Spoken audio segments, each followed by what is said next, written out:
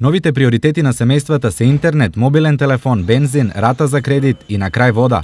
Овој сметковен редослед е добиен врз основа на долговите кои граѓаните ги имаат кај операторите, банките и јавните претпријатија, зошто попрво се плаќа интернет отколку рата за кредит. И па сакат да се информират за каде да просперират поубаво. Преку интернет запознаат се сегден и тоа е работата. Од друга страна, вода се плаќа најнередовно, а треба најмногу. Имаме поборување од граѓаните во износ од 23 милиони денари. Процентот на нередовни плаќачи се движи од 25 до 30% од вкупниот број на граѓани на општина Штип.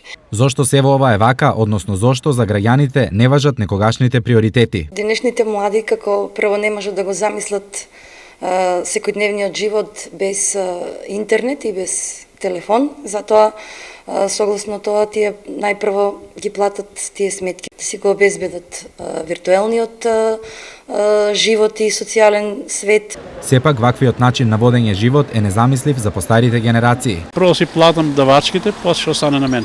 Струја, вода, телевизор, сите давачки платиме, што остане за нас?